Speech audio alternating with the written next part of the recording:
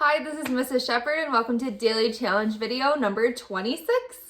So I'm sure many of you are wondering when we're going to start our online learning program, and I'm sure many of you are wondering what you're supposed to be doing right now.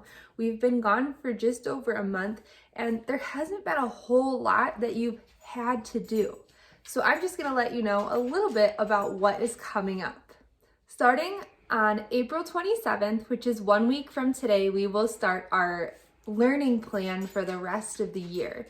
Now, your family will have two choices if you're going to participate. One is online and the other is a paper packet. It is up to you and your family to decide which one works best for you. The online plan will require you to log on to Google Classroom 5 days a week and complete a few assignments or a few tasks for the day. You'll have anywhere between half an hour to 1 hour of work per day. So it won't be like a normal school day. We're not going to be doing 7 hours worth of work. You will have anywhere between half an hour to an hour to complete for that day. And that will be at your own pace, meaning we're not doing it together every single day. You'll be able to do it at a time that's right for you. If you choose to do the paper packet option, you will be given a packet or a booklet that you can complete at your own pace. And we'll have more information about that a little bit later on. So this will be the last week that we're doing daily challenges before the continuous learning plan starts. So that means one more week of review before we move on to some new content. Now, this week's math challenges are all going to have to do with addition and subtraction of large numbers. We already reviewed division and we reviewed multiplication, so we're going to go ahead and review addition and subtraction of large numbers before we move on to fractions next week. Now, as I've mentioned many times before, the most important part of a math problem is the setup.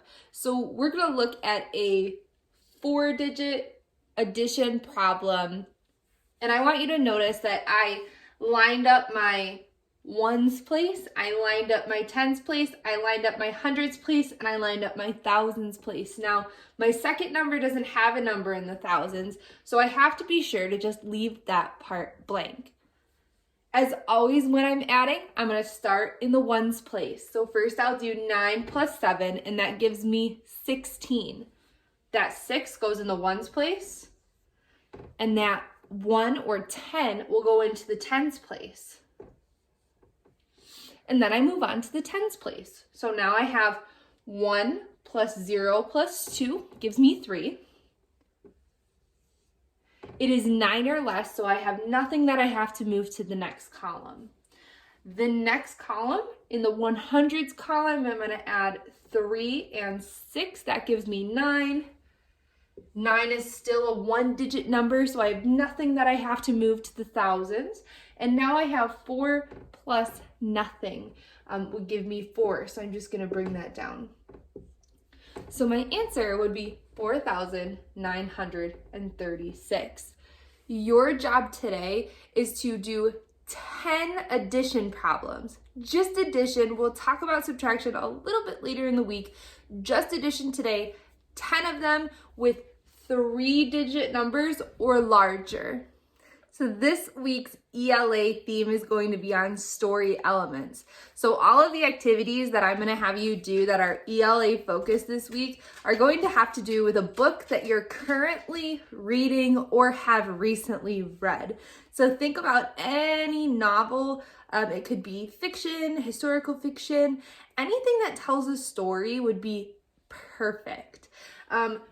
Today we're going to focus on setting. So in your notebook, on a piece of paper, write or draw the setting from the book that you're reading. And finally, it's time for your bonus challenge today. Now, this bonus challenge isn't necessarily super hard.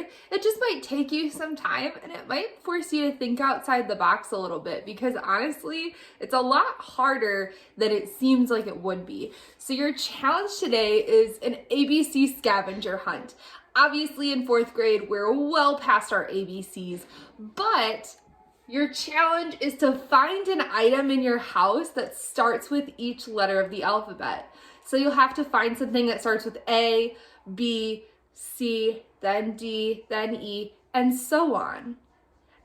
And I'll be honest with you, I thought when I saw this that this would be a fairly simple challenge, but it took me a while to find items, especially for some of those less common letters. So I hope that you have fun.